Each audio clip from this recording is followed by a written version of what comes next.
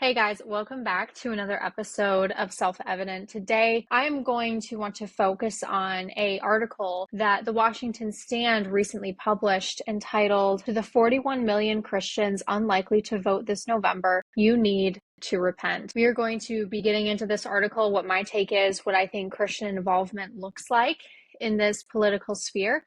But before I get into that, I want to tell you about an important IFI forum that is coming up on October 18th from 7 to 9 p.m. And it is the COVID-19 pandemic COVID Con, what went wrong and why. And at this forum, we are going to be featuring special guests, Dr. William Crevier, board certified internal medicine and pediatrics physician at the Center for Primary Healthcare in Orland Park, Illinois, and Dr. Zumhagen, co-founder of Fearfully and Wonderfully Made, a holistic and nutritionally based center located in Orland Park, Illinois, where he currently practices. This is an informative event that you are not going to want to miss. It's going to be doing a deep dive into what actually went wrong with the COVID-19 pandemic and why it went wrong. So you're going to be getting a lot of good medical answers for all of your questions. To learn more about this really important event, go to illinoisfamily.org/events. That's illinoisfamily.org/events. All right, so like I said, I want to be doing a deeper focus into this article that the Washington Stand recently published on the 41 million Christians, according to statistics, that are not voting. In fact, this is what the article says, quote, "According to some truly shocking statistics from George Barna at Arizona Christian University, as many as 41 million Christians plan to sit this election out, more than enough to hand the country's keys to the eager and radical left. For Donald Trump's opponent, the news that one of the Dems' biggest obstacles to victory is voluntarily shirking their civic duty is cause for premature celebration." And I think you can understand the gist of the article, and the article cites a lot of good pastors and their takes as well. So I really encourage you to read the article for itself in its entirety, because that's going to give you a lot of good context for what my take is going to be and what we're going to be discussing today. So first, what I'm going to do in this episode is I'm just going to give you 3 main points about why Christians should vote. And we're going to cover 2 of them in the first half and then 1 of them in the second half. So first of all, off the bat, I just want to make the very biblical claim to go back to the beginning, that government was not instituted by man. In fact, government was instituted by God. Romans 13, 1 through 2 make it very clear that the rulers that we have before us, while yes, especially in the United States of America, we have a democratic republic, and yet at the same time, the rulers that are before us have been instituted by God. And more than that, the structure of government itself was instituted by God, because man is imperfect. Man is prone to sin. Man is prone to evil because of our sinful natures, Romans 5. And so God instituting government is his way of safeguarding humanity from our destructive tendencies. Laws are good. Rules are good. Punishment, discipline for disobeying laws are good. Romans 13 also makes this very clear, that being punished for evil is a good thing. That God has given government the key, so to speak, to civic discipline, and that these are good things. However, how do we make sure we have a good government? And while we are not so much in charge of the ultimate good government, because that is something, one, God is in charge of, and yes, we are citizens of heaven. Our home is not this earth. Our home is not in the rulers that we have over us. And yet at the same time, we are, according to Jeremiah 29, to seek the welfare of the city. And this is actually my second point, that passivity is not an option when it comes to Christians living in a society. It's not an option to just sit by and expect other people to make decisions for you and for you to live under a rock, essentially, and just quote unquote go about your business. That's not an option. We were created, we were chosen in him to be salt and light in this world. And when it comes to the political landscape is very much included in our command to be salt and light. It is very much necessary that Christians seek the welfare of their cities and their states and their nations. Let me go back to Jeremiah 29. In Jeremiah 29, we get the famous Jeremiah 29:11 verse of, I know the plans I have for you, declares the Lord, plans to prosper you, not to harm you, plans to give you a future with hope. And while we love that verse and hold on to that verse, we often miss the context of that passage at large. And the context of that passage is that actually Israel is in Babylon. Israel is exiled away from their homeland because of their sin. And yet, in the midst of that, God commands them to seek the welfare of the cities that He is going to place them in. That passivity for them is not an option. Just because they are not in their native home of Israel, just because they are not with their temple, just because they do not have their day-to-day life, does not mean that they are just to sit down and do nothing. That in fact, exile was a time for them to act. It was a time for them to seek the welfare of the city. And we actually see this very tangibly in the story of Daniel. Now, Daniel's story, his whole book of the Bible, is very popular for a variety of reasons. First of all, of course, the famous Daniel in the lion's den. And of course, the fiery furnace and the handwriting on the wall and King Nebuchadnezzar.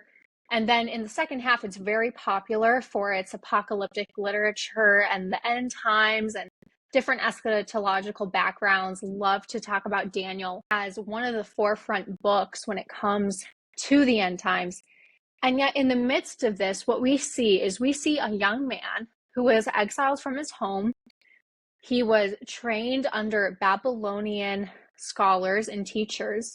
He, along with his friends Hananiah, Mishael, and Azariah, and yet they did not forget their homeland. In fact, they sought the welfare of the city they were placed in.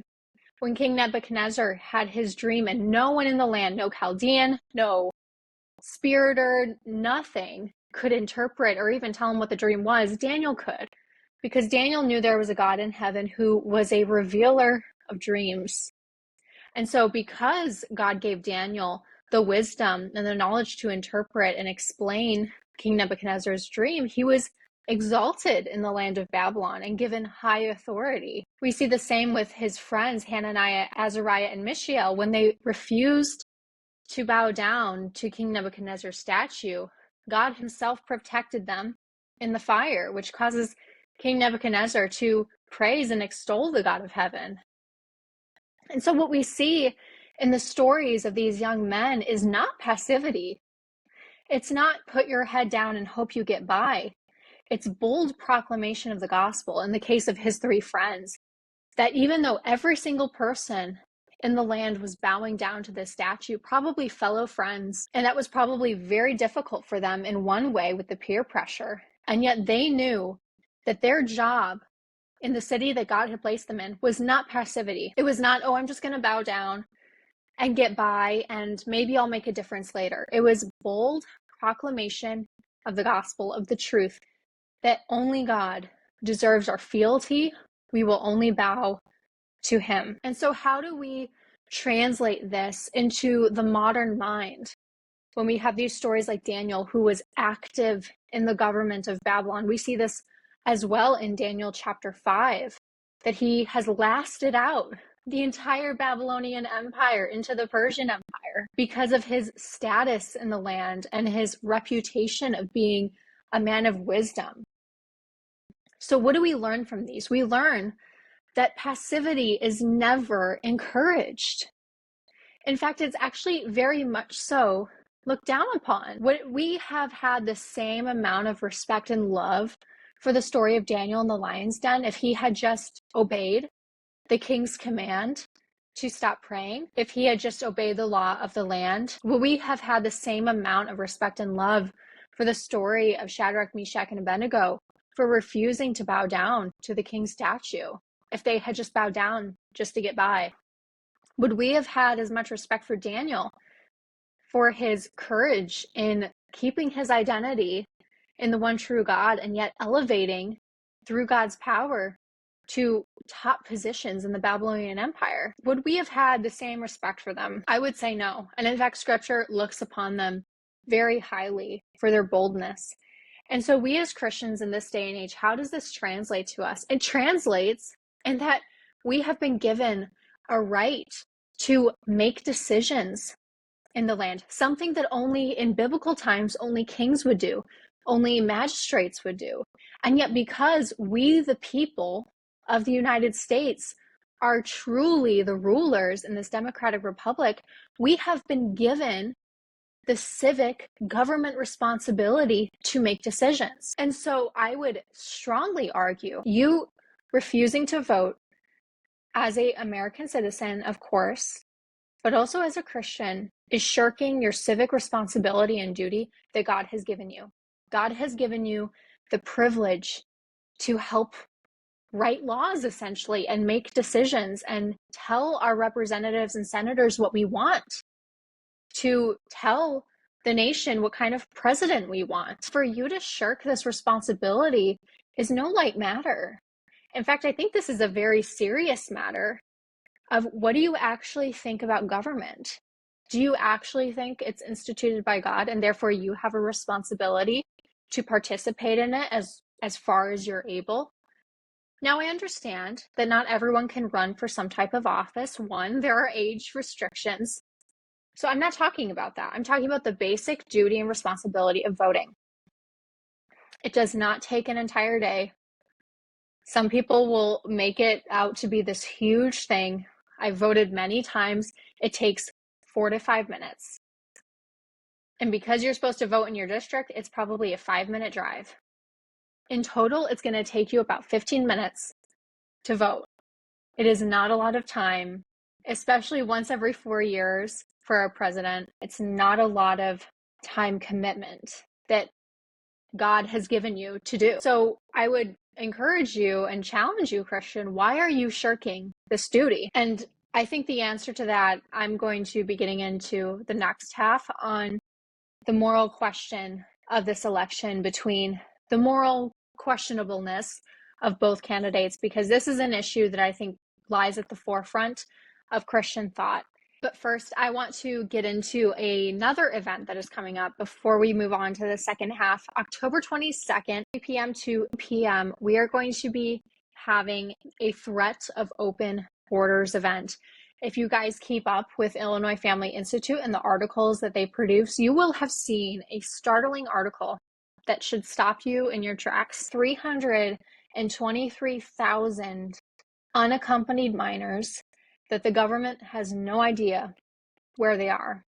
32,000 of them missed their court date, and 291,000 are just unknowable of where they are. And so this threat of open borders, this illegal immigration problem, yes, we're talking about Springfield, Ohio, and the Haitian migrant issue that is going on there, and my heart breaks for that community. There are so many facets to why illegal immigration is such a horrible evil on a society. Borders are good. Borders keep people safe.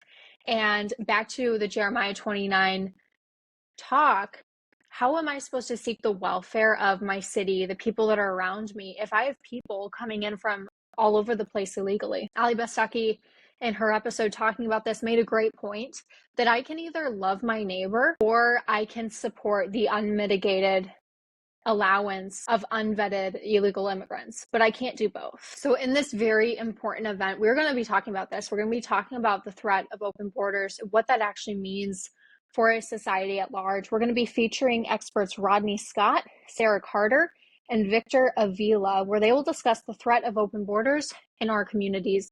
This is an event that you do not want to miss. Cost is $40. Go to illinoisfamily.org/events to find out more. That's illinoisfamily.org/events. All right, like I said in the first half, I think the question of Christians not voting. Now, again, I just want to say really quickly that one could say that the 41 million Christians not voting could just be cultural Christians. Who knows if they are consistent in attending church or if they truly believe in the message of the gospel. So we really don't know what that term Christian means when it comes to this case study. So I just want to put that out there, that it could just be referring to people that claim that they have some type of Christian faith. However, on the chance that it doesn't, and that it actually refers to people who are consistent in attending church, who are consistent in aligning themselves with the doctrines and the tenets of the Christian faith. I can understand the moral quandary that people are facing in this election. On the one side, with the Democrats, we have a candidate that supports the unmitigated, unvetted allowance of illegal aliens into our society. We have a candidate who supports policies that slow economic growth, that make middle class living more difficult, that make America more dependent on other nations, that take jobs away from middle class people. I can go on and on. And we have a candidate on the left who supports and champions the slaughter of innocent babies. So there's that side. And I would hope, I know this isn't true, unfortunately, I would hope every Christian would not vote for that categorically. However, that's not true, unfortunately, which is a whole nother issue, a whole nother episode in and of itself that we've already covered to some extent if you go back and listen to former episodes. On the other side, we have a candidate who is still pro-choice in a lot of ways. We have a candidate who is not the most moral person in the world.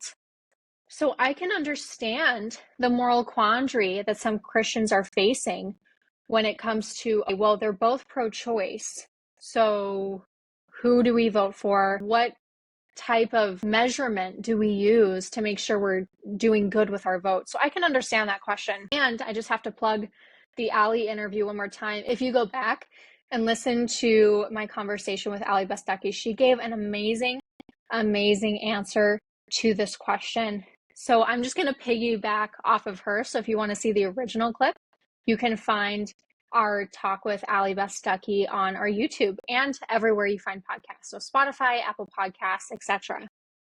However, going back to the moral quandary between these candidates, what we do see is we see a lesser of two evils.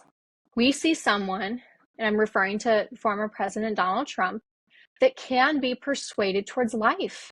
He voted no on Amendment 4 in Florida, which is huge. If you don't know what Amendment 4 is, it was a very radical pro-abortion amendment that would essentially undercut Florida's pro-life heartbeat law. He voted no on that. And yet I can tell you for certain that Kamala Harris would have voted yes. Kamala Harris has made an entire career out of championing the ability and the quote-unquote right to slaughter an innocent child. And so part of me understands the moral quandary that people face in this election of Donald Trump not being a moral person, still being a little bit pro-choice. And yet at the same time, I don't, because we're not voting for a perfect person. We never have. We have never had a candidate who is perfect on every single piece of legislation, who has never made anything wrong, who has never made any type of mistakes while in charge. That's not possible because we're human and we make mistakes. Even really good representatives that Illinois has in the House have made mistakes. And so we cannot expect a presidential candidate to be the perfect cookie cutter ideal of what we want in a leader. Now, is it good to strive for that? Is it good for a moral society to encourage morality as the pinpoint of what we want in a leader? Absolutely. And yet what we have been given in this election cycle is essentially a lesser of two evils or a really, really evil. And I think the choice is clear for Christians, that you have a moral responsibility to at least vote for the lesser of two evils.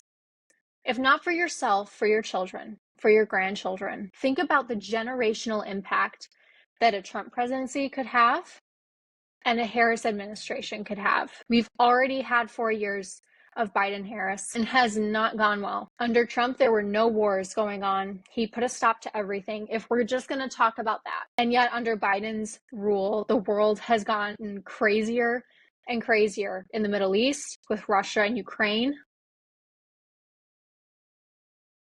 And so what kind of world do you want to pass along Do you want a world where your children have safer communities, better education, more affordable groceries, more affordable housing, a more pro-life stance in the country where laws are upheld by the states? Do you want that kind of country, or do you want the kind of country that Kamala Harris is prescribing? And I've gotten into a bit of a deep dive on her economic policies, so you can go back and listen to that episode. So I won't try to bore you with going through all those again. But in conclusion, I just want to wrap up and restate the points that government has been instituted by God for our good. And in addition to this, Christians are commanded to seek the welfare of the city God has placed us in. He has sovereignly placed us in a sovereign nation with a democratic republic where the people are the rulers, where the people get to decide who's in power, what policies stand. And so, Christian, do not shirk your responsibility, because not only are you shirking the responsibility for yourself, you're shirking it for generations to come. In addition to this, I feel very strongly that you will be responsible to God when you stand before him of the opportunities he gave you to seek the welfare of the city, and you chose not to. And so, Christian, I encourage you this November election to seek the welfare of the city, the nation, the state that God has placed you in, because that is our moral responsibility. Go vote, and vote for the lesser of two evils. Until next time, let us firmly rely on the protection of divine providence. This is self-evident.